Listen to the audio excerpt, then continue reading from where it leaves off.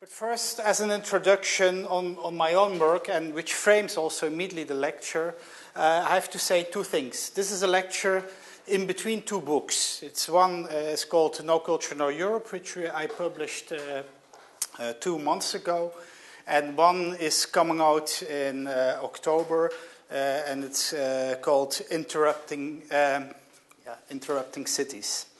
And I made a kind of mixture of those two in the lecture. So that's one thing you need to know before. Second thing, and that's why it's so nice that Polo was also speaking here, is what I want to say about my own practice as a sociologist. I studied classical sociology, and what do you do in sociology? You learn methodology, statistics, etc. And I did this classical research for almost 10 years at the University of Leuven, Belgium, where I also made my PhD. And at a certain moment when I did postdoctoral research, especially in the field of arts and culture, I had the feeling that there was something wrong with those sociologists. Those sociologists, and I make a cliche, of course, of it, who talk about art and culture are talking always around art and culture, but never about it.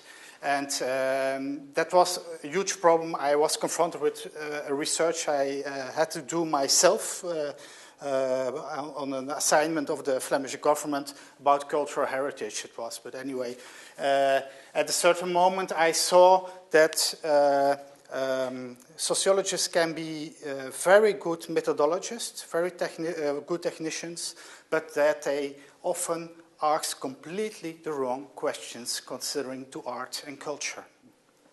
And one person who hit me in the face and gave me this idea was Michelangelo Pistoletto. At a certain moment in an interview with him, he said, and what came into mind to me at that moment was that you have to take the artist seriously in what he says and or she says, and what he's showing, etc. And you have to try to integrate this in your work. For example, I remember an interview with Michelangelo Pistoletto. We were talking about Exodus, and he said, no, it's about inodus.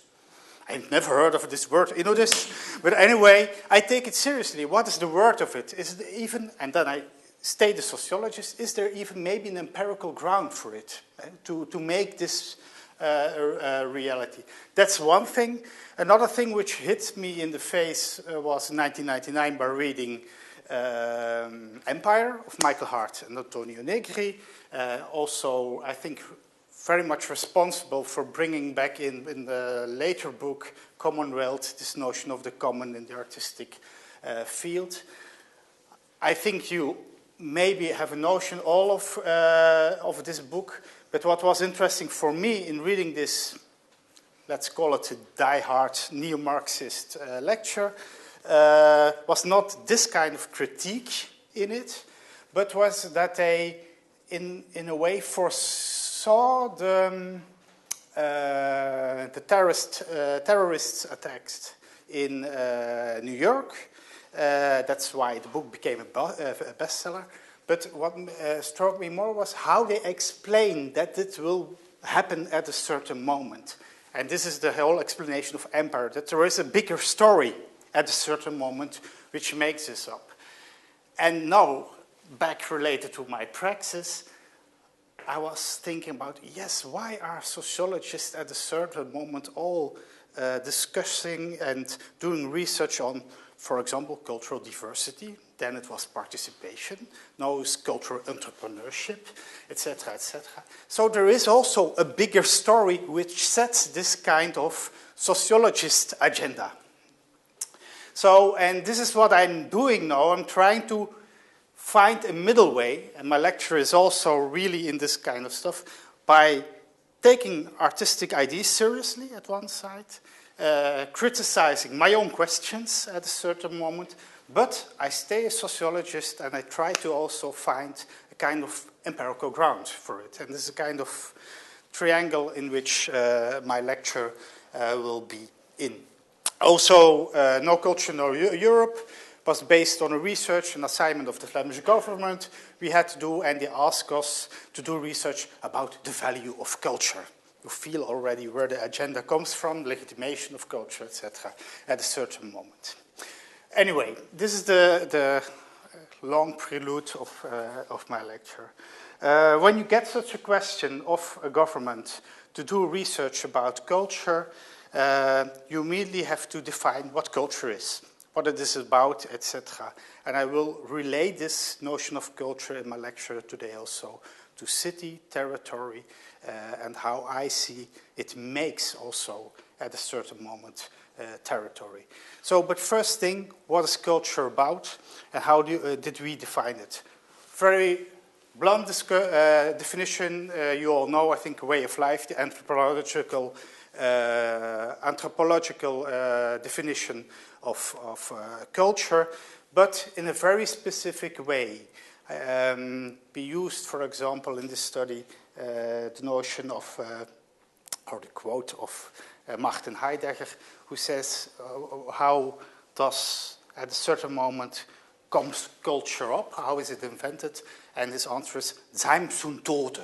Because you know you are dying, at a certain moment, you start to think about life. And you start to think about the sense of who am I here? You try to give sense to your life. That's culture about. So we have culture as humans. Maybe animals also have culture, but we don't know. We can't ask them. But because we know, because we are going to die at a certain moment, we have culture. So this is a very important thing what culture does. It gives you meaning to yourself. It gives you meaning to your environment, the society in which you live. And when you take a closer look to what culture is doing, and I come immediately to territory, is that in the cultural field, in the broader sense, going from education, media, artists, cultural heritage, etc., they're always busy with three things, doing three things. The first thing is socialization. That means trying to bring people in a social order, integrating them in a social order. It starts already when you give milk to the baby, the breast, etc. But it starts also, for example, my girlfriend works in Antwerp for immigration. They learn, for example, the Flemish attitudes. That's socialization. What is interesting in socialization is that you bring people in a social order without questioning the social order. It is integration, sometimes even assimilation, of trying to assimilate people in a certain culture. This notion is, for me, very much related to the notion of territory, bringing people in a kind of territory, in a kind of order.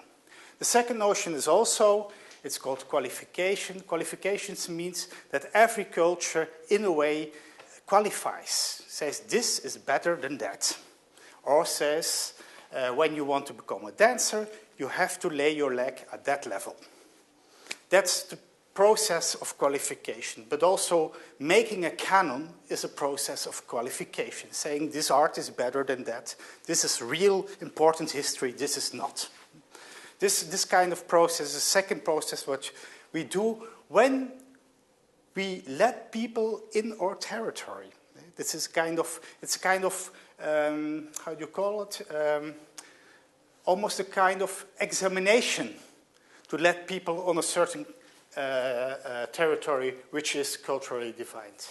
A last important thing, I think, what culture do, and not only what I think, I will mention the name from who these three functions are in a while, is subjectification. What is subjectification? For me, it's this, hitting somebody in the face. It means to touch somebody in her or his subject at a certain moment. It can be by a very confronting picture, for example. It can be when your girlfriend or boyfriend says, no, it's finished. At that moment, you start questioning yourself. That's an existential moment. This is the process for me of subjectification.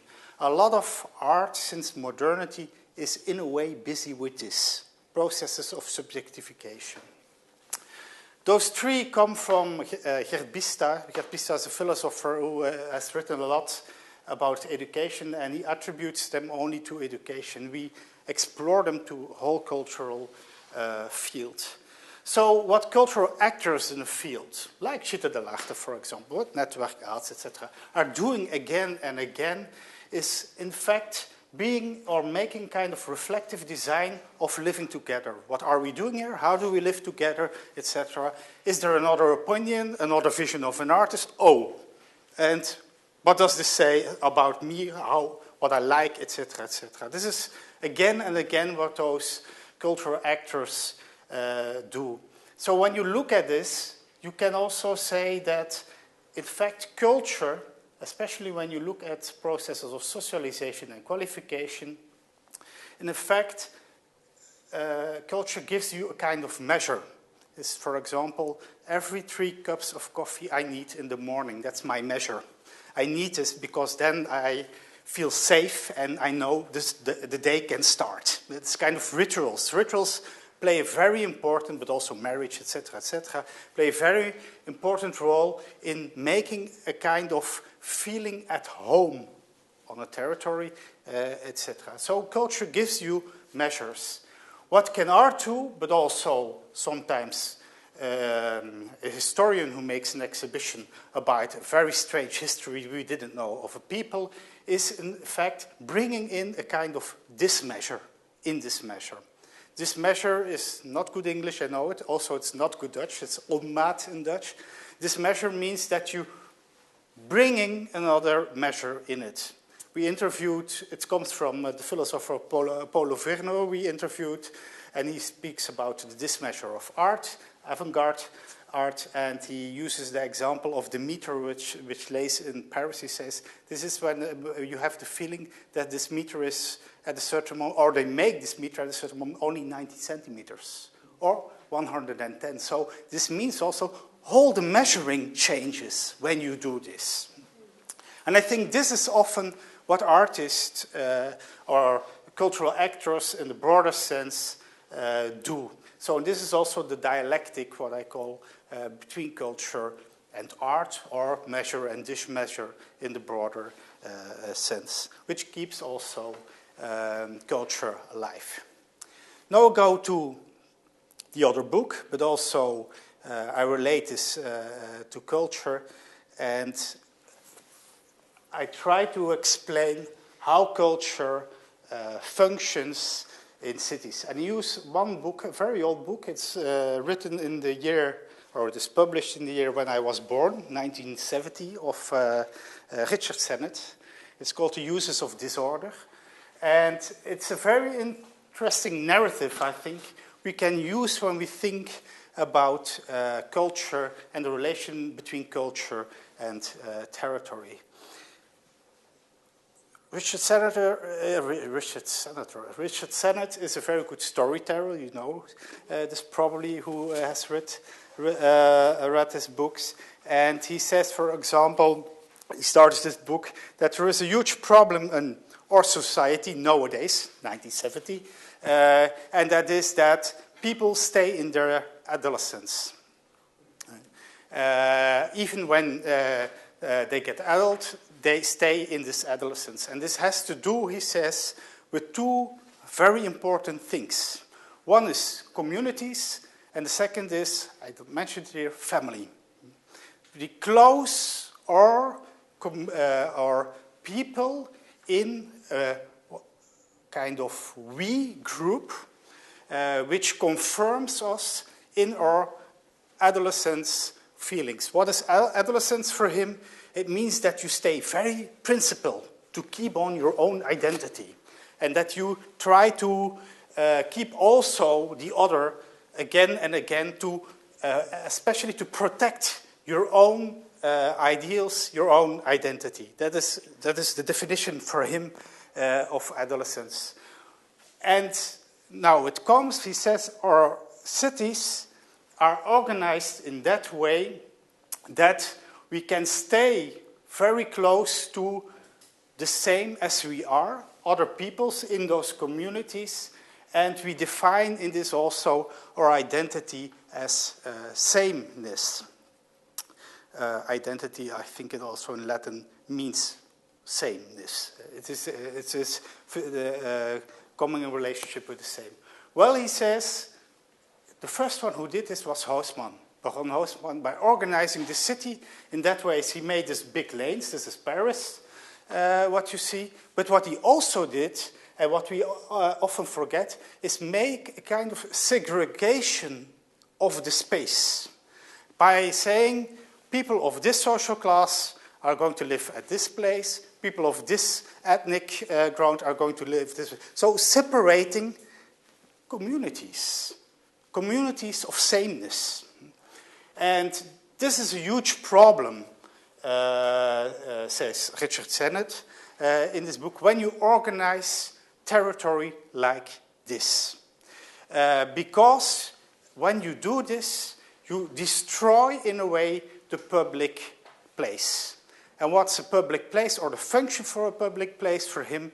It is, in fact, a place where you can meet the other, but where you can also have conflict with the other. It is a place where strangers can meet again and again. So he says, and that's why he talks about the uses of disorder, he says a space, a territory, or a city needs disorder to function well. And to use the word of Chantal Mouffe, which Paulo also said, you need a kind of agonistic space, again. And agonistic is not antagonist, it means agonistic, it means that you can fight, but of course you don't kill each other. It means that you can immediately say, what you are doing there is wrong, I think, and you can discuss about this. Why do you need this disorder?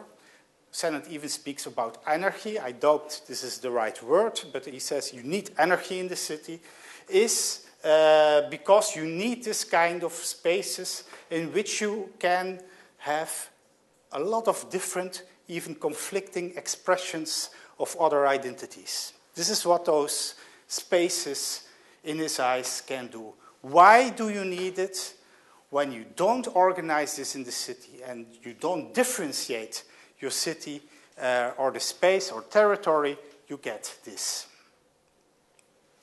You get a kind of eruption of violence because people who live only in their communities of sameness, when they are confronted at a certain moment with something else, think at the adolescent again, it can be very aggressive.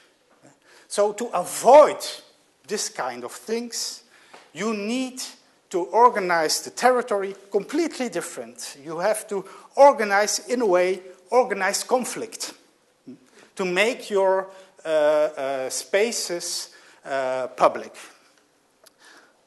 I need water.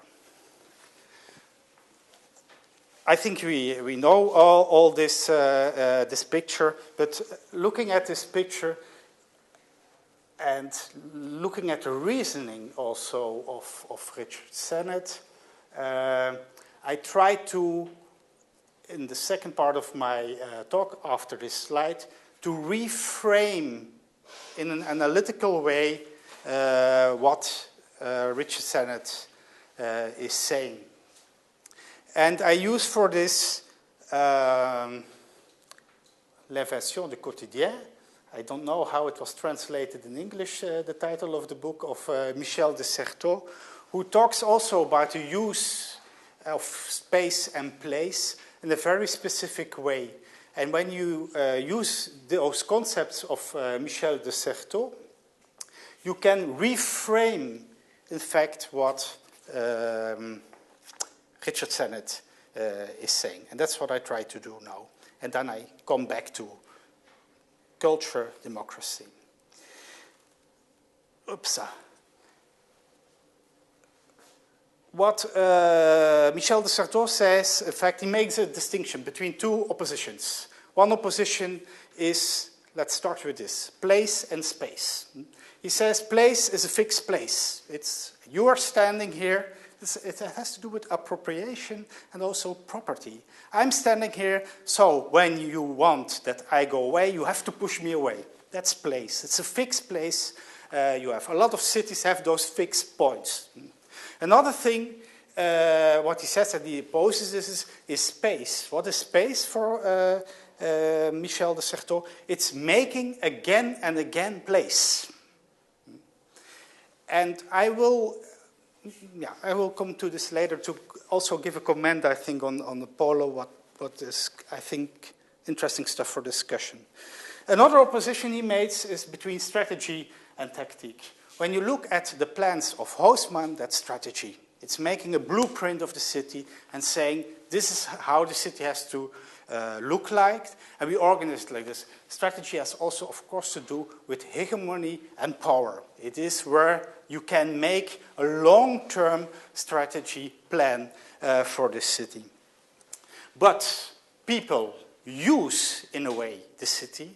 They appropriate things, again, a square, for example, etc.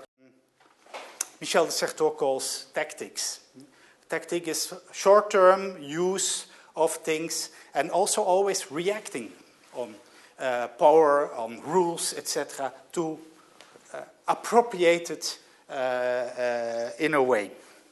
When you cross those now, you get a kind of idea of how you can use territory in the city. And I tell it in a way in a chronological order, but in fact, all those things are existing, I think, next to each other at the same moment in a certain place. When you cross strategy with place, you get a classical 19th century, what I call monumental city. What is a monumental city? How is the territory used in a monumental city? In fact, in a monumental city, the city does not represent itself. It represents the nation state. It's of monuments, and the artists who make those things are artists who make monuments in public space. They give a place also sometimes an identity. It's fixing place. This was a huge strategy, I think, of Haussmann, of organizing the territory. Another way to deal with this happened very much, I think, at the end of the 1950s and the 60s, and this is what I called the situationist city. They reacted on a kind of rigid use or making of the city, and they used a lot of tactics to break this open again. This is my blunt sociologist interpretation of what the situationists did, but many others also. A happening also does it more in a pleasurable way, maybe in a funny way, walking naked through the street. It is this kind of things doing, but in a way, for me, it is a kind of resistance against a fixed place at a certain moment. And I see also a lot of institutional critique in the art world as a result of this kind of situationist tactics to fight with those rigid, fixed place, strategy-based institutions. Also universities, even the parliament, etc. But what we saw is what happened in the situationist city. A little bit history maybe is interesting. For me, this starts already with the Fiat strikes in the Fiat factories in Italy in the 60s. At a certain moment, students enjoy in the let's take this date, 1968. But at a certain moment, a lot of students of middle class learned enormously of what was claimed there by laborers, etc., to make them free again, etc. And they reused it in a very interesting way in the 80s, in the 90s. In another book, I call this post-Fordism, but what is the outcome is what we all know is the creative city. But I make immediately of it the creative repressive city. Why? Because we saw it with Blair, I think, in the UK already. Anthony Giddens also was very helpful in making this concept, but Blair was somebody who was really playful with entertainers. And also I remember that one of the first visits when he was Prime Minister, he met Bono, etc., etc. So this kind of creativity idea was a very important thing for him. What I want to say, I don't want to blame Blair about this, but this whole idea, I think, in the 90s was invented, especially, I think, for Europe in the UK. The whole idea of creative class, creative industries. Afterwards comes Richard Florida talking about this, that it is important that every city needs this. What is interesting, I think, is that the city from the 60s on until the 80s completely changed. The city becomes a global city, and I refer to the book of Saskia Sassen, Global Cities, in which she says that, in fact, cities become the center of financial, of capital at one side, and this means also that from the 70s on, there is a kind of cut between gold and money. Money becomes a kind of virtual thing, and there start a huge flows of money over the world, and the cities become a center of this. When you do this, what happens then? People follow the money. So you get also a flow of people. And the city becomes, in that sense, a place of flows, of money and people, again and again. So the city becomes, in a way, liquid. And when you look also at the cities from the 80s, 90s on, they were in construction everywhere. They were building, rebuilding every 10 years, another place, etc., etc. So it were cities which became, in a way, liquid as a territory. But when you look at the strategies of politicians of those cities, is that they try to bind again this capital to this city. And one of this way of binding this capital to the city is inventing those creative districts, making place for it, and try to keep those creative workers who are good for the economy at a certain place in their city. Even in the goddamn city of Groningen, where I live, where only are, I think, 60,000 people, they are building now creative districts in this. So this whole creative thing is in fact a strategy. It's a plan. And what's very interesting is also when you look at those plans and look at the discussions with urbanists, with sociologists, again, with architects, etc., it's very amazing that they even use, again, the whole structural thinking of Haussmann. It's really, this is the creative district.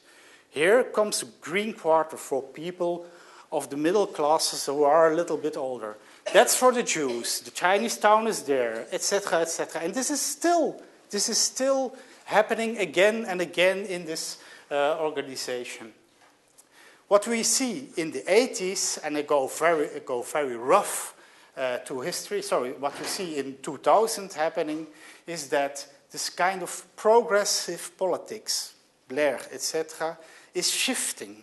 And you get other conservative political parties in charge in a lot of cities in Europe. For example, the city where I live, Antwerp, is now the new Flemish Alliance. The leader of it, Bart de Wever, is the mayor of this city.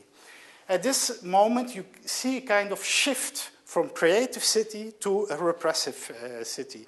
Literally, after the terrorist attacks in Paris, we have the army in the streets. It's very interesting, and it's almost rhetoric to see this, but it's in fact a kind of nostalgia to the monumental city. The National Guard comes in the city again to organize the city on a strategical level. When you cross this, you have also, I think, a theoretical place, and this is what I call, you could imagine already, the common city. But this is I think, a theoretical place, and I will come up to this later. Maybe something we can dream of, maybe something we can make, but we can discuss if we need to make this. But I think at this moment, the creative city is over. It is a moment, at this moment, that it is finished in that sense also, that you see popping up everywhere creative cities or places, creative districts, etc. cities, and they still think that they have a competitive profit can make of it in competition with other cities. But they copy each other. So you get a kind of very strange, how do you say it, verzadiging. An overkill almost of this kind of formulas of creative cities. Anyway, but back to the repressive city and this violence, what is called, people react like Cameron on this, like this. They say, oh, what happens in our street? We have to go back to morals. Our youth has to be refed again, etc., etc. So they use, like Cameron here, but also Sarkozy, he talked about the scum of the les banlieues, les crapules de banlieue, was this notion. So they immediately use the moral finger, this finger. And they also talk, and this is very interesting, I think, in relationship to culture and territory, they immediately talk also about senseless violence. They say that what they do is senseless. And in the rhetoric, also mainstream media use this word, senseless violence. And this word is for me very interesting because you never know, also in reviews, etc., in journals, and also how politicians use this, do they think or do they say that what those people do is senseless, or can't they don't make sense of what people are doing there? And this is a very interesting thing in relationship, I think, with using the territory and culture. When mainstream media and politicians like this come up with this senseless violence and come up with the moral finger, immediately a total army stands there of people like this. This is Sigmund Beumann. A lot of intellectuals, philosophers, etc. say, no, no, no, no, this is not senseless violence. This has to do, for example, with crisis. And this has to do with social and economical inequality. The more the gap between rich and poor, the more this kind of interruptions you have in the city.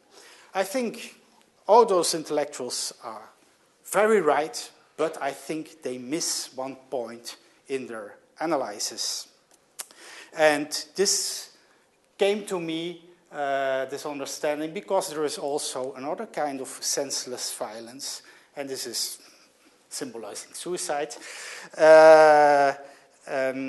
And what is interesting is senseless violence. Suicide is also a way of senseless violence. It is people commit suicide because they can't make sense anymore of their life at a certain moment.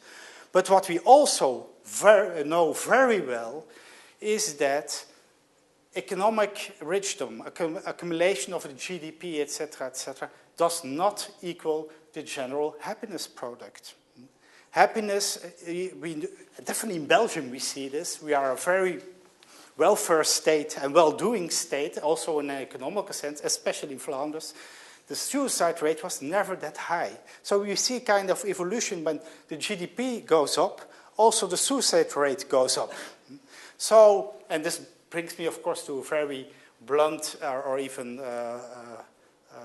common known thing is money doesn't make happy.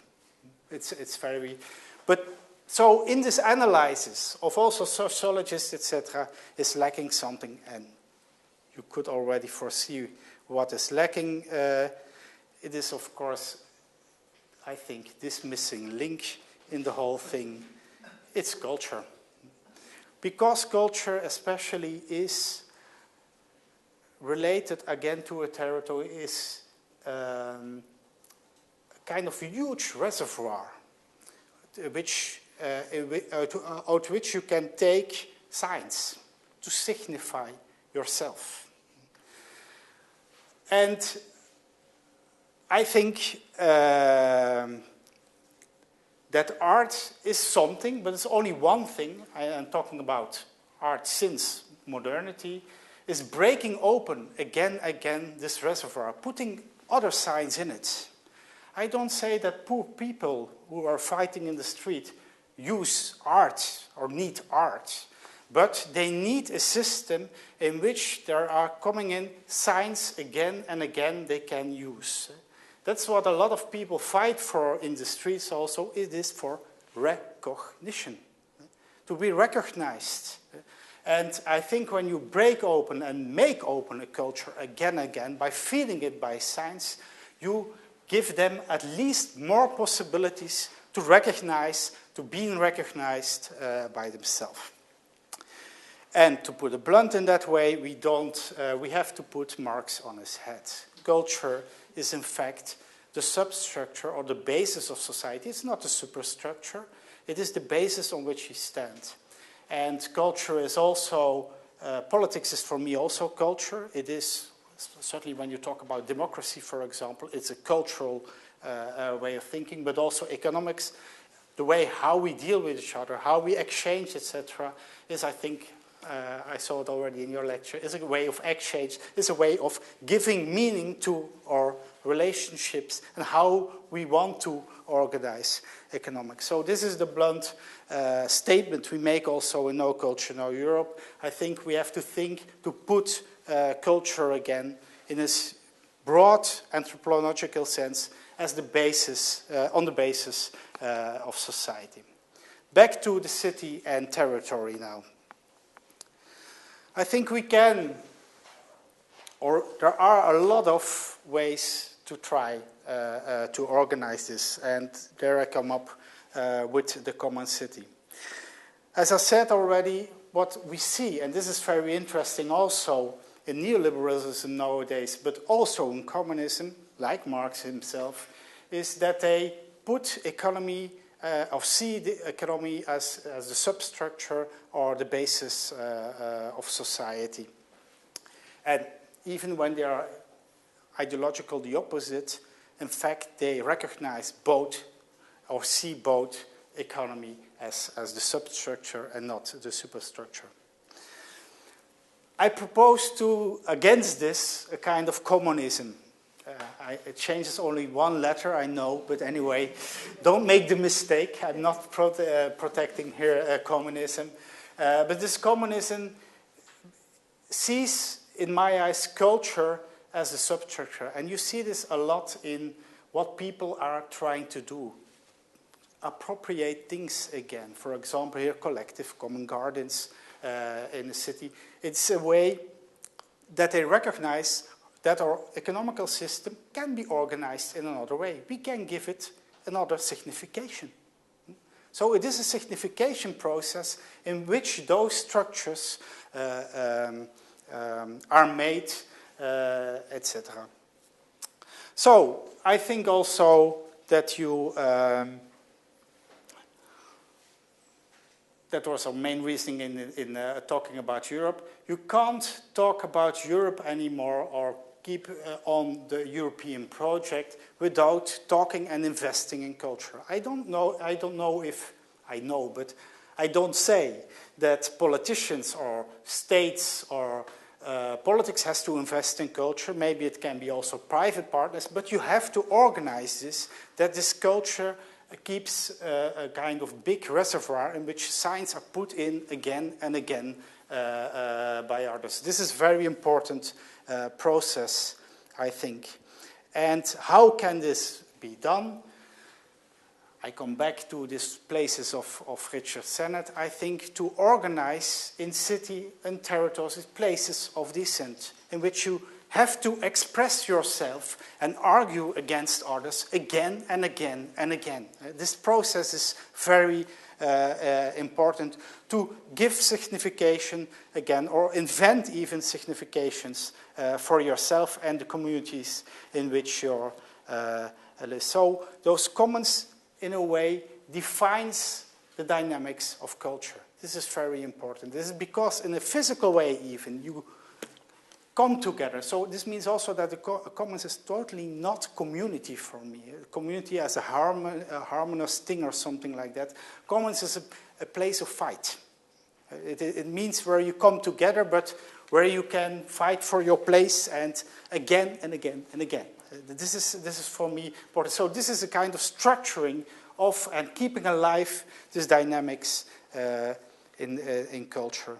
So, and this means also when we talk about identity and you are confronted with those common places again and again in a city, it means that identity is not something fixed, it's something what you make also in every confrontation again with other people. So identity becomes also a becoming. It's a becoming again someone else.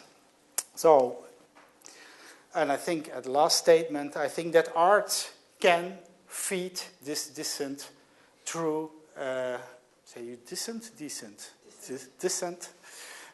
through processes of subjectification, and this is kind of by performing the common again and again. I think also at, for example, the Kremsky monument of Thomas Hirschhorn is a very good example, I think, how you can, by performing and putting something in the public space, confront people with a philosopher who was also in prison, and he did a lot of with ex-convicts in this process.